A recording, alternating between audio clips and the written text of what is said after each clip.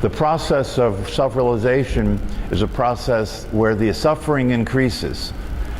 Because before you were just suffering, thinking that you were a body and a person in the world, and all the reasons that people suffer were the reasons that you suffered, right? But now you discover a whole new way of viewing the whole thing. But now the suffering's worse because you now know there's a way out, and you're trying to get the way out, right? And now that's, see, before you figured it was just the way it is, right? There's really no way out of it, you know, you just got to put up with it, right? But now you know there's a way out, right? You know there's freedom, you know it's possible to not suffer, and now you can't, now you want that more than anything, right? Because that's available to you, and so you try, you seek it, you know, you try and experience that, and the trying to experience that is worse suffering than you were suffering before, because now you're suffering, you know, you're really, it's like you were hungry before, but now you're really starving, right? Now you really, before you may have experienced that, you may have experienced that you didn't breathe as fully or feel as fully alive as you could possibly feel, but now you feel like you're really suffocating because you know it's possible to breathe completely. It's possible to be fully alive. So now you're really suffering. And that's just part of the process, right? It's actually exactly part of the process, because you have to know the possibility is real, and then you can't help but try to get the possibility, because you have to understand, when you first hear the possibility, the first thing your mind says is, well, that's not true here. Well, so now what are you going to do? There's only one thing to do, and that's to try and get it, right? That's to try and achieve it. That's to try and figure out, you know, what do I need to do? You know, what do I need to practice? What do I need to learn, you know, in order for that to be true, because it's not true now. But that's the lie. It is true now, right? But you see, you're not experiencing that to be the case, right? Because you still only know about it as a concept.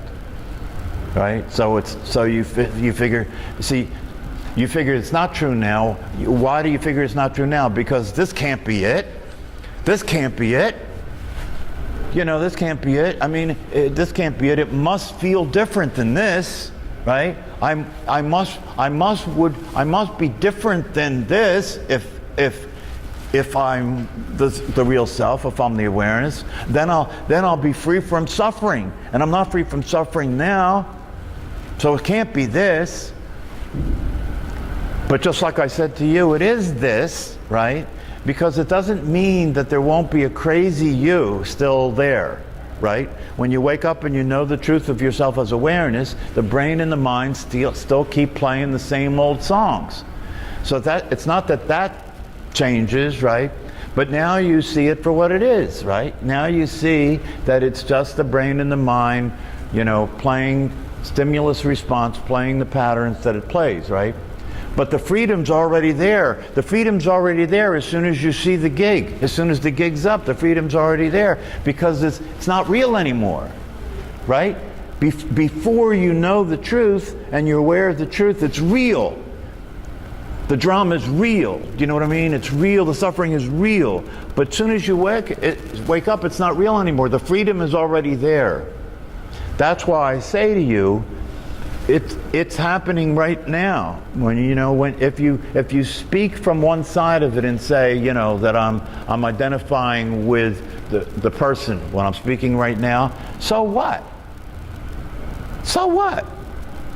If you know the truth that the awareness is what you actually are, it doesn't matter if you're speaking from the person. There's no other place for you to speak from. So it's like, you know, it's like one of the teachers said recently. He said, God really set up a very tricky game here, right? He set up a tricky game because the way the game works is you're on a journey to discover yourself, right? You're on a journey to discover yourself. You're on a journey to wake up, right? But the destination of the journey is where you started from. And so and you won't see that when it starts. So inevitably, you can't help yourself, you're going to go on the journey, right? And at some point on the journey, you have to get to a point of exasperation. You got to get to a point of being so, that the journey seems to be so hopeless and so futile, right? That you just say, screw it, I give up, I give up. I'm never going to get it, right? And when you give up, right, at that point you're stopping trying to get it, right? And then all of a sudden you realize, wait a minute, I do have it. I've had it all along. I've had it all along. No matter where I journey to, wherever I am, that's it. It's always with me. It's always there. So it's like, you are carrying the truth of who you are around with you on the journey, seeking it. You follow? You're carrying the truth of who you actually are around with you on the journey, seeking it. That's why it doesn't matter if you say, I still, See, all you're saying, like when the two of you were talking the other day about your daughter's, yeah. You see, it doesn't matter. It doesn't matter because that's just your brain and your mind still playing. But that doesn't mean that you don't know who you are. You can know who you are and experience the stillness and a calmness that's there even with that happening. And that's just got to run itself out, right? It may take a while, right, for you to grab, like Brian said, from his point of view, you were calmer than he knows you from the past. So it may take a while for that stuff to run itself out, right? Until it gets to the point where it catches up to you, right? That your brain and your mind, they get reprogrammed enough that it's now consistent with the truth. But in the meantime, you're still free. Once you know the truth, from that very moment, if you really allow yourself to fully accept it, the freedom is there. It doesn't matter how crazy you are. The freedom is there.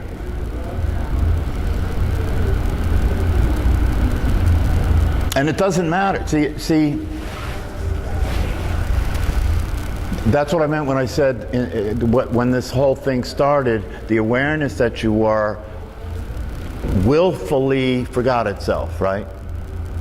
Why would it do that, right? Because from the awareness's view, it doesn't matter. It's never not itself. Even if it forgets itself, it's still itself.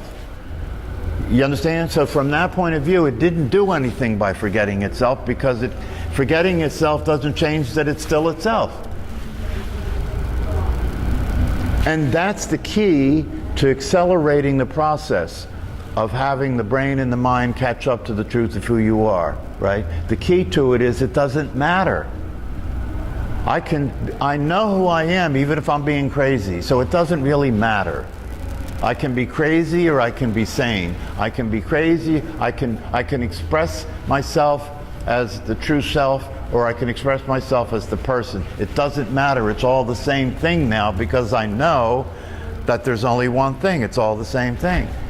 Even when you say, I'm being the person, you're still the self. If you get that, the gig is really up, right? Because it doesn't mean remember, you have to understand something. In order to wake up and realize the self, nothing has to change, because it always was just the self, right? Nothing has to change. The only thing that happens is, like Paul Hederman says, you begin to travel lighter. Things aren't heavy anymore because you know what's real. You know what's true. That's why I say, even, one of the greatest results, one of the greatest realizations out of knowing the truth of yourself as awareness is that death isn't real, right? That's one of the best parts, right?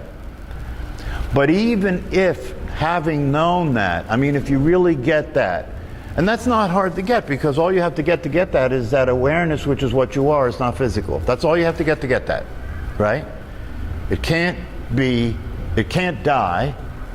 I mean, who you think you are, even who you think you are can't die because it never actually existed, right? So that's off the table now, right? What's left? Awareness. Awareness isn't physical. You can't see a beginning to it or an end to it, right? Right? So obviously all you have to do is get that's the evidence. That's the fact of the matter. Therefore, death can't possibly be real, right? Now, having said that, and if you see that, right, does that mean that you still won't have any fear of death?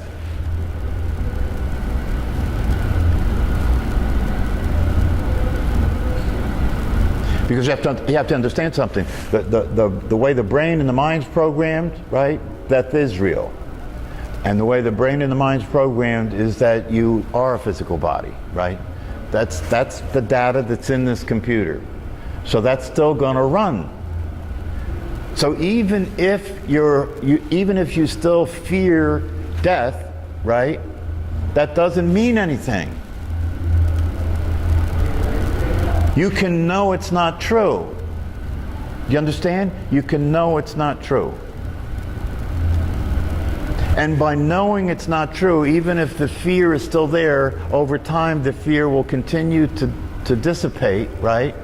Because now you've made contact with a reality that indicates that fear is not based on what's true. So, but it still may be there. See, this is one of the things that confuses people. People have an awakening experience and they realize they do see the truth that death isn't real. They do see the truth, right? And they do see the truth of what they are as awareness, right? But then having seen that, they'll still have fear come up, they'll still have confusion arise, they'll still get caught up in being a person and doing person's things, right? And then they'll take that to mean that they didn't realize it. Do you understand? They'll take that to mean that they didn't realize it. But it doesn't have to go like that. You can understand that fear can still arise and you can still behave as a person, and while that's happening, know that that's not real. But it's still happening, but you can know that it's not real. You don't have to take it to mean that you didn't wake up. You don't have to take it to mean that you're not the awareness itself. Because the awareness itself is a constant. The awareness itself is there all the time. I mean, if you get that, right? If you get that, all you have to do is get that, and then it doesn't matter anymore whether you're behaving like a person. Because the person is the awareness. Do you understand? The person is the awareness. So what you say when you say you're being the person is the awareness. That's not the enlightenment. The enlightenment is you are the awareness. That's the step that people don't take. Oh, I'm more aware now. No, that's mindfulness. Mindfulness is the person is more aware. Enlightenment is the person realizes they are awareness. There is no conflict. If non-duality is a fact, and it is a fact, it means when we say there's no person, right? We're saying that the person is awareness, because if all there is awareness and there's still going to be a person, isn't there? There has to be, because you have to function in the world. You can't be awareness while the body is here. You have to function in the world, right? But now you know the person is awareness. So now you can't, so even if you're being the person and you're claiming you're not awareness, it doesn't matter. You're still awareness. You can't escape. You can't stop it. You can't change the truth. That's one of the things that makes the truth the truth. It never changes, right? When you die, you don't have a body anymore. You never did. But even if you think you do, you don't. Do you understand? That's the freedom. You can think you do have a body and know you don't have it. Do you understand? You can think you're a person and know you're not a person. You can behave like a person and know you're not behaving like a person. That's why they say a realized person is somebody that says, I'm angry, but I'm not. I'm afraid, but I'm not afraid. Because who I know myself to be is not afraid. Who I'm being as a person may be afraid, but it really doesn't matter because it's all the same thing. It's all the self. There's the part of itself that's still identifying itself as a body, but it's still the self. There's a part of the person that's still identifying itself as a person, but it's still the self. So it doesn't matter. It kind of goes back to the metaphor about being an actor in a movie, right? It doesn't matter. It doesn't matter to the actor what role he's playing, right? It's all just interesting. You know, it doesn't matter what role he's playing. He can play any role because it's just a role. And he can get lost in it and really feel the feelings of the character he's playing, right? Just like it's really real. I mean, the best actor, when they're acting, they're not acting, right? The best actor, when they're acting, they're not acting. They really do identify with the character. They forget who they really are and become the character, right? That's a great actor, right? But even when they're doing that, there is an awareness that it's not true. That's what's allowing them to do it. That's what's allowing them to become so totally the character and to experience the anguish of the character, to experience the suffering of the character. They're experiencing the suffering of the character, right? And it's really real for them, but even while they're doing that, they know it's not real. That's what's allowing them to do it so completely. They don't have to hold anything back because there's nothing to lose. So you can be as, see, that's the thing, you know, when you know the truth, if you just let yourself get it once and for all and stop messing around, if you know the truth, that's right. There's nothing to figure out, right? If you get it and you know the truth, then when you're being the anxious person, right, and all the things that you do, right, you know, you can do it with abandonment. Like it's okay. Be as anxious as you want to be. You know, you will. Once you're doing it that way, the anxiousness will start to fall away by itself, right? Because the person that you thought you were, that thought being anxious made sense, is no longer driving it, right? It's like Muji says, the fan's turning, right? When you cut the power off to it, right? It'll still spin for a while, right? But eventually it'll stop. So if you cut the power off to being an anxious person, right? Because you're not actually that anymore, the anxiety will still be there for a while, right? But you're not feeding it, you see? You're not feeding it because you don't identify with it like it's all there is and it's actually true. And in time, it will wind down and it'll come to a stop.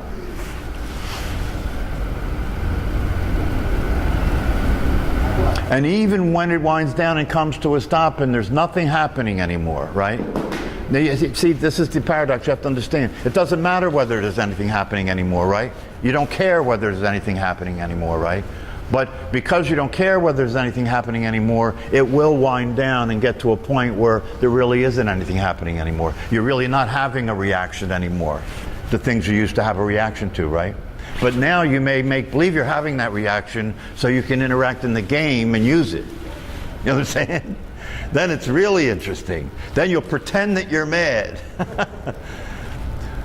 Because you want to use the anger to have an impact on the person you're talking to. Do you understand? But you're really not upset at all. Yeah, there is. I mean, the mind and the body are interactive, right? And the brain's involved, right? So there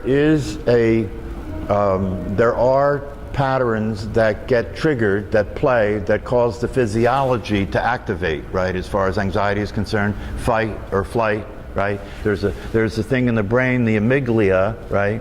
That is the part of the brain that is monitoring everything for threat, right? And when there's a threat, it sends off the reaction in the body for the adrenaline to come up. It sends stress hormones in the body and so forth. So in the same way, that'll run for a while. But as this thing starts to unfold and play out, that'll start to lessen and lessen and lessen, and the body will become calmer and calmer, right? That's why when they put monks that have meditated for many years in MRI machines, right? They saw such a dramatic difference because they didn't have those kinds of levels of tension and stress that most people carry all the time. They didn't have that. They didn't have that. They were much calmer. Their baseline was much calmer than the average person. But the interesting thing is, if something happened that was a sudden, unexpected noise, right, their reaction would be much more intense than other people, right? Because of the fact that their openness and sensitivity out of being the awareness is much more sensitive than the average person. So anything that would happen out of the ordinary would cause them to have a much more intense response to it, but that response would drop down to the baseline again right afterward.